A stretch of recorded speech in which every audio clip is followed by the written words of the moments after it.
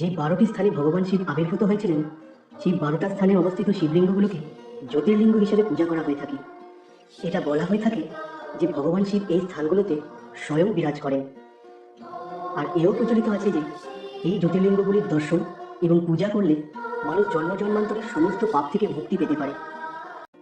1 নম্বর, সোমনাথ। এটি পৃথিবীর প্রথম জ্যোতির্লিঙ্গ। এই জ্যোতির্লিঙ্গটি গুজরাটের সৌরাষ্ট্র অঞ্চলে অবস্থিত।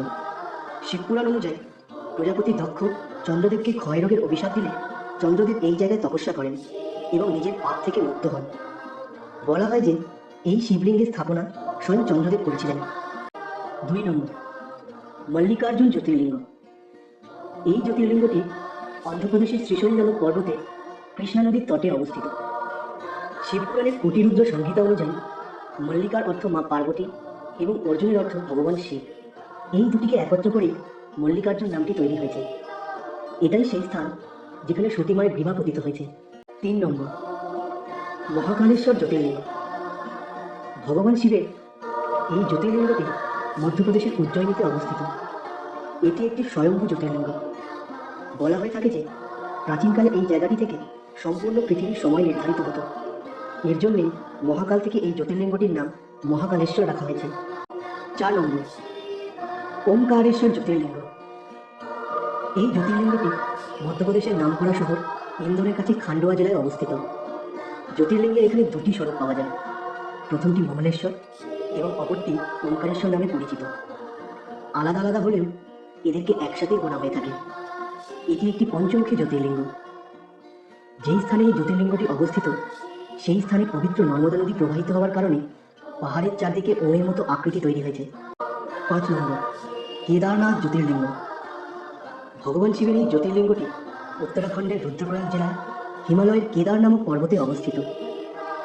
এই মন্দিরের গা দিয়ে মন্দাকিনী নদী প্রবাহিত হচ্ছে। পুরাণে এই জ্যোতির্লিঙ্গের মহিমা বিস্তারিতভাবে বর্ণনা করা হয়েছে এবং একে ভগবান শিবের একটি প্রিয় স্থান বলে মনে করা হয়েছে। 6 নম্বর, ভীমাশঙ্কর জ্যোতির্লিঙ্গ। এই জ্যোতির্লিঙ্গটি মহারাষ্ট্রের পুনা জেলার সহ্যাদ্রি নামক পর্বতে অবস্থিত। কথিত আছে যে ভগবান শিব ত্রিপুরাসুরকে বধ করে এই স্থানে বিশ্রাম নিয়েছিলেন। যে সহ্যাদ্রি পর্বতে ভগবান ভীমাশঙ্কর বিরাজমান, সেই পর্বত থেকে ভীমা নদীর উৎপত্তি হয়েছে। 7 নম্বর, বিশ্বনাথ জ্যোতির্লিঙ্গ। এই জ্যোতির্লিঙ্গটি উত্তরপ্রদেশের বারাণসী শহরে অবস্থিত। এই শহরটির পৌরাণিক নাম কাশী। এই কারণের জন্য এই জ্যোতির্লিঙ্গটি কাশী বিশ্বনাথ জ্যোতির্লিঙ্গ নামে প্রসিদ্ধ। 8 নম্বর, ত্রয়ম্বকেশ্বর জ্যোতির্লিঙ্গ।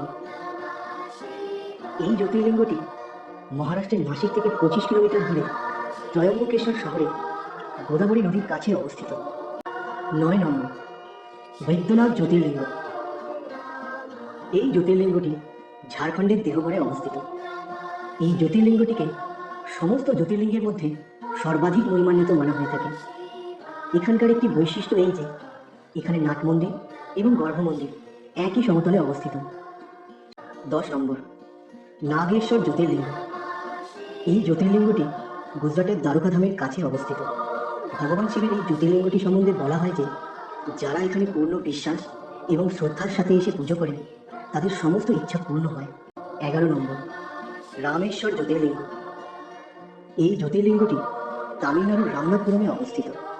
পৌরাণিক কথা অনুসারে শ্রী রামচন্দ্র স্বয়ং এখানে লঙ্কা বিজয়ের আগে শিবলিঙ্গের স্থাপনা করে পূজা করেছিলেন। 12 নম্বর, ঘুষ্মেশ্বর জ্যোতির্লিঙ্গ। ভগবান শিবের 12 জ্যোতির্লিঙ্গের মধ্যে এটি অন্তিম জ্যোতির্লিঙ্গ। এই জ্যোতির্লিঙ্গটি মহারাষ্ট্রের ঔরঙ্গাবাদ জেলায় ইলোরা গুহার কাছে বেরুল নামক গ্রামে অবস্থিত। এটি ঘৃষ্ণেশ্বর জ্যোতির্লিঙ্গও বলা হয়ে থাকে।